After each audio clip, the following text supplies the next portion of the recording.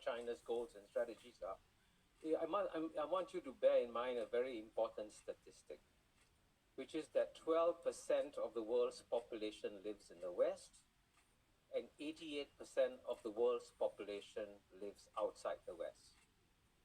And let me make one point very clearly and very boldly at the very beginning. How the 12% views China is not how the 88% views China. And so, for example, when you ask about what is China trying to accomplish, and if you want to sort of try, if I can share with you what I pick up from my conversations with my fellow Asians, with Africans, with Latin Americans, they see that China is trying to come back once again as a strong civilization, which it once used to be. And you know, China, he knows better than I do. He's the China expert. By the way, I'm not a China expert. Let me emphasize that one time immediately. I'm a China observer. And of course, we have to be China observers because in Southeast Asia, as you all know, geographically, the power that is going to have the greatest impact on us clearly is China. Just sheer proximity. Just as Latin America will live in the shadow of the United States of America, Southeast Asia has to live in the shadow, actually, of China and India, I must also emphasize. So our perspective and that of other Africans is that we've seen this civilization for 4,000 years go up, go down, go up, go down. And so the return of China is just part of a long 4,000-year history. The return of China is a threat to the US. Okay, tama yung sinasabi niya na talagang ancient civilization yung China. Pero ang haba kasi yung mga dynasty nila, yung mga back and forth talaga nila. So now, starting 1970s up to now, emerging na yung China. Kumbaga bumabalik sila eh. Wala bang karapatan ang mga bansa na mag-emerge naman? Hindi lang kayo mga kano, di ba? Of dynastic Buster! cycles. And when the Chinese civilization goes down, it can go down very, very badly. And I think Orville knows better than any of us that they went through one of the worst centuries, the century of humiliation from 1842 to 1949. But it's not normal for the Chinese civilization to underperform for so long. It's much more normal for them to come back after a while. So what we see, therefore, from, let's say, from Southeast Asia, is the return of a civilization that we have seen for centuries go up and down. So this is a natural return. Now, so when China tries to claim a place in the world as one of the great powers, is a perfectly natural development. Now, you mentioned things, you use words like wolf warrior diplomacy. And what's interesting is that while the term wolf warrior diplomacy is so frequently used in the Anglo-Saxon media, and as you know, the Anglo-Saxon media, let's be very blunt about this, has a very jaundiced view of China. By the way, nabanggit niya yung Anglo-Saxons media. Yan yung parang dilawan ngayon. Yan yung mga sila yung version yung mga dilawan noon. And the rest of the world discounts what the Anglo-Saxon media says about China. What the rest of the world does is to look at what China does and then deal with it. And at the end of the day, you will notice that countries have a choice. Do they want to trade with China or do they not want to trade with China?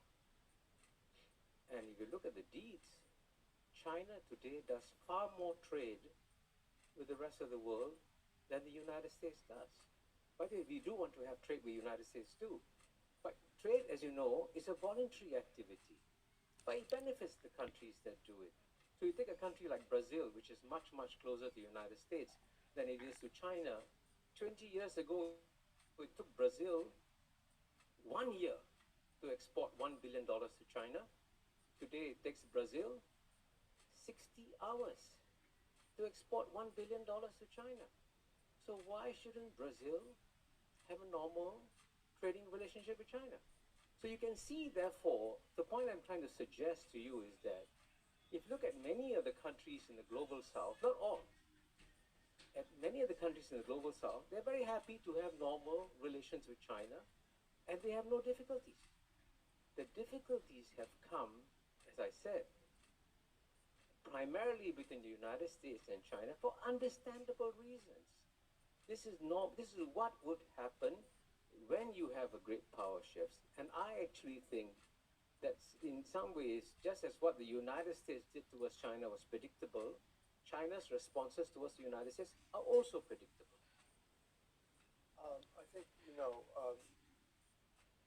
Kishore, I agree with you that, yes, China has every right to be a great power, and actually they've accomplished an amazing. Personal na to eh. Tignan nyo, personal. Pinutol ko lang kasi yung video na ito kasi mahaba ito. Bawat isa sa kanila, after nilang magsalita, may question yung moderator. So, napapansin ko dito kay Orville, instead na sagutin niya yung tanong ng moderator, yung sinasabi ni Kishore ang kanyang sinasagot. Kaya halatang halata eh. Kasi sunog eh. Developmental success story. And I understand great powers never like to be deposed and replaced by others. But I think in your argument, and what I'd Oo nga, pawisan nga. like to ask you about is China is not just another great power. It is a Marxist-Leninist regime that under Xi Jinping has become very, very different than we experienced in the 80s, even in the 90s. Kita nyo kung gaano siya ka-judgmental. China is Marxist, is Leninist. Di ba? Xi Jinping, ganito siya. Tingnan nyo kung gaano siya mag-judge. The 1989 Beijing massacre and demonstrations. Pati yung massacre, dinamay. Para namang walang nangyari sa kanilang yung ginawa nila na yung invasion of Iraq. Ano bang tawag doon? Hindi ba human rights violation yun? Ang dami nilang pinatay doon. And I think that without factoring that element into the equation, we can't just blithely say China wants to be a great power, wants to trade with everybody, everybody wants to trade with it. Another element in the equation, namely what China is after as a new kind of techno-autocracy in the world, and whether other countries feel comfortable. Now, we were talking upstairs a bit about the Philippines. Hindi naman yung Philippines. Kaya nga sinabi ko Philippines to eh. Kasi ilang beses niyang reference yung Pilipinas itong kumag na to eh. Eh nung sinagot siya ni Kishore, pahiya siya. Watch the Philippines extremely carefully because I see that as a kind of a Richter scale. I mean, Southeast Asia, fair enough. Richter scale. Ano to? Lindol? Singapore, caught in the middle, doesn't want to have to choose. Malaysia, I get it. But I think we may be approaching a point where it's going to be at least more difficult, if not impossible, to stand in the middle. And I think we see in the Philippines flickers of that recognition. Now, admittedly, the world is always in flux. So I'm curious to know how you view the internal political shift in China, where it is returning to a much more sort of Maoist mode, not completely so, and how other countries, the comfort levels they feel about accepting China's hegemony in Asia, if not in the world. Are you comfortable with this? I mean, Singapore is a small little country. How do you feel about that? Yes, you want to keep trading, but there are other factors here I think you have to take into consideration. Grabe, no? Kung paano niya i-demonize yung China na yung mga ibang bansa daw eh ayaw daw nila yung how andun na yung judgment niya. Yung mga ibang bansa daw, they view China as parang demon, evil, parang ganun. But tayo mga Pilipino, huwag tayong magstay doon sa box na gustong i-portray ng mga media at ng mga Western na ganito yung China. Tignan natin yung mga ibang bansa. Alright? We can search YouTube videos or even news articles. We can search Singapore, Indonesia, Malaysia, Vietnam, Australia, Canada. We can view and search ano ba yung mga agreement ng China with these countries? Ano ba yung kanilang mga usapin, especially when it comes to economics? Okay? Sa ekonomiya. Kasi kung andito lang tayo sa box, China, China, China. Pero sila, ang gaganda ng kanilang agreement, bilateral agreement, tapos tayo, ano tayo antagonistic tayo sa China. Pero sila, they are still friends with China. Having their own economic transactions.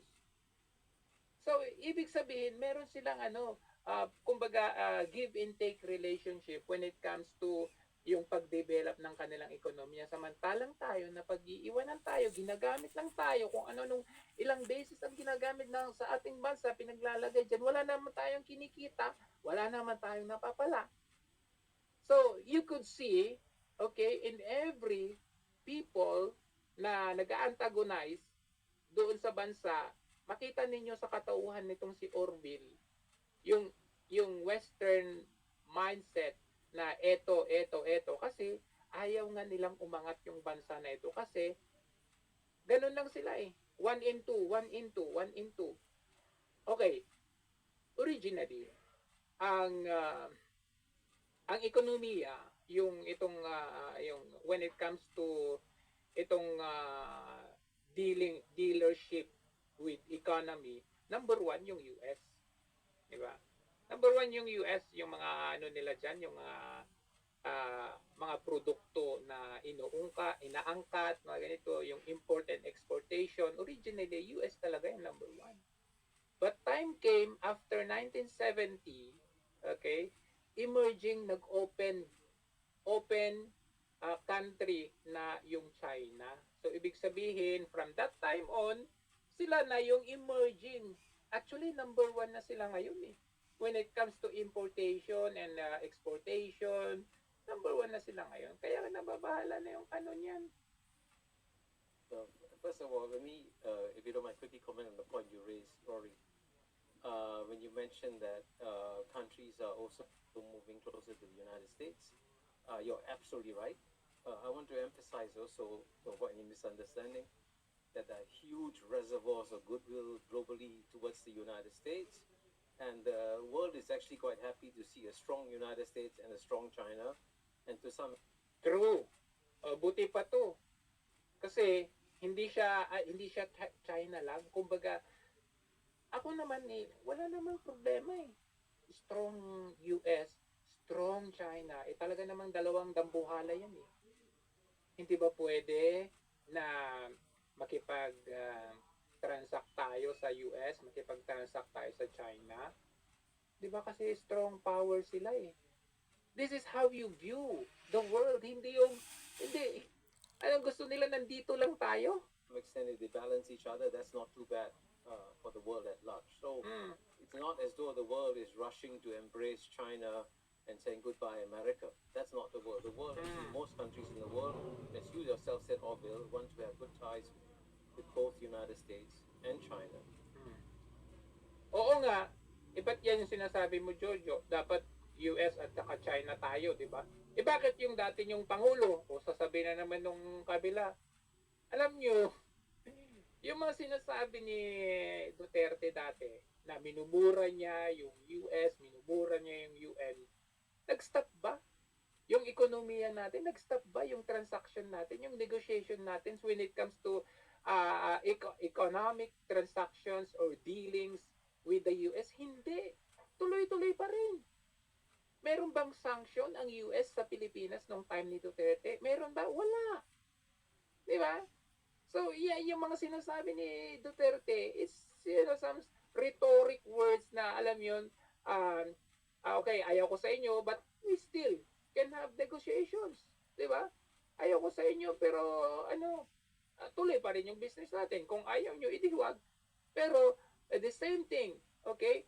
More on China, okay, kumbaga, agreement itong si Duterte sa China, but at the same time, tuloy pa rin naman ang ating negotiations when it comes to business or economics with the US. So, ganun yung dapat dyan. Anong nangyari sa gobyerno ngayon? Ha? Kinancel yung project with China, tapos sasabihin, oh, willing yung US. Ganun ba yun?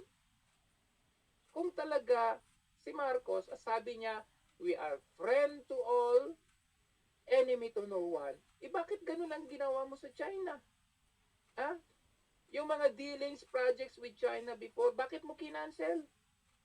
Okay, hindi kinancel, pero dinecline, binawi. Yung gustong ipondo sa atin ng China. Sana nga tuloy na ngayon yung Mindanao Railway na yan. Ang tanong, sino na ngayon nagpipinance niyan? US ba? Now, in your point about the internal political makeup of China, and isn't China becoming more Marxist-Leninist or communist, and are we worried about that? And I think, I want to emphasize that there is only one country in the world that passes judgments on the internal political systems of other countries. It's a very exceptional country. And I think Nagets niyo yun? Ulitin ko. that passes is that, and are we and isn't China becoming more Marxist-Leninist or communist? Kasi ang paratang nitong si Orville, Marxist-Leninist communist ang China. Sabi niya, di ba? Pero ito yung sagot ni Kishore, napahiya siya. And are we Tumawa yung mga tao. worried about that? And I think, I want to emphasize that there is only one country in the world that passes judgments on the internal political systems of other countries. It's a very exceptional country. Sino yon? Sino yon? Sige, comment. Sino? And I think you all know of American exceptionalism. So yun, sabi niya, meron lang isang country. Of all countries, meron lang isang country na nagpapasa ng kanilang judgment, okay, on political internal problem of another country. Anong ginagawa nila sa Pilipinas? Diba? May problema sila sa kanilang sariling states. Okay? Anong ginagawa nila sa Pilipinas? Nangingialam sila sa internal conflict ng bansa natin. Naalala ninyo, 2019, 2018, nag-start yung rally-rally dito sa Hong Kong. Okay? Yung allegedly funded ng CIA, pinondohan nila yung mga Hong Kong people para mag-protesta laban sa Hong Kong government, which is Hong Kong government is also China government. Okay? Nagprotesta, ang haba mula doon hanggang dito. Ang haba, ang daming tao talaga. Okay? Parang yung EDSA 1, parang ganun ang nangyari dito sa Hong Kong. Alright? The minds of the Hong Kong people, okay, kailangan mag-revolt tayo against the government kasi ganito ang ginagawa ng China. Sasakupin na ang Hong Kong, parang ganun. Okay? And then, after that, ano yung ginawa ng US? Nag-impose sila ng isang batas sa Hong Kong. Meron silang ipinasang batas sa Hong Kong. Di ba? How can you impose a law sa isang country na hindi mo namang country? Kaya itong sinabi ni Kishore, very true. Di ba? How could you be, okay, how could you be of your own country, lumabas ka sa bansa mo, pumunta ka sa Iraq, at in-impose mo na ito, we have to invade Iraq kasi hindi tama itong ginagawa ni Saddam Hussein. Realistic yung sinabi niya, which is very true. 1 year ang protesta ng Hong Kong, tama. Ang daming na damage. Pero buti na lang kamo, mayaman ang China, mayaman ang Hong Kong. Kung ganon ang nangyari sa Pilipinas, ang daming na damage, ang daming business na nagsara, ang daming mga shops na mga nabasag-basag kasi syempre, alam mo yung rebellious thinking na ito, kailangan natin basagin natin. Ang sino mang kumontra sa mga nagraralista, mabubugbog, duguan. Yun yung nangyari. Mabuti na lamang kamo, dumating ang COVID. Nag-stop na lang yan because of COVID. But, during that time, nag-impose ang Amerika ng batas sa Hong Kong. Saan ka nakakita na isang bahay, kapitbahay mo, okay, nagbigay siya ng batas sa sarili mong bahay. Sasabihin nung tatay dun sa kabilang bahay, kapitbahay mo, "Hoy, okay, bawal kang pumunta dyan sa kusina nyo. Okay, sa oras na ito, hindi ka pwedeng pumunta dyan sa kusina mo." Kapitbahay mo nagsabi. Gumawa siya ng sarili niyang batas sa sarili mong pamamahay. I can tell you that, the UN Kaya ito yung level, sinabi niya. want to emphasize that there is only one country in the world that passes. Oo, Sri Lanka. Ano nangyari sa Sri Lanka ngayon? Ganun ang ginawa nila. Inedsa nila. Look, what happened? Judgments on the internal political systems of other countries. It's a very exceptional country, and I think you all know of American exceptionalism. I can tell you that, the UN is not too far away from here. It's a mile or two away. If you walk into the United Nations, you will find that one of the most sacred principles of the UN Charter, which is actually held to very strongly by member states of the UN, is that we will not interfere in each other's internal affairs.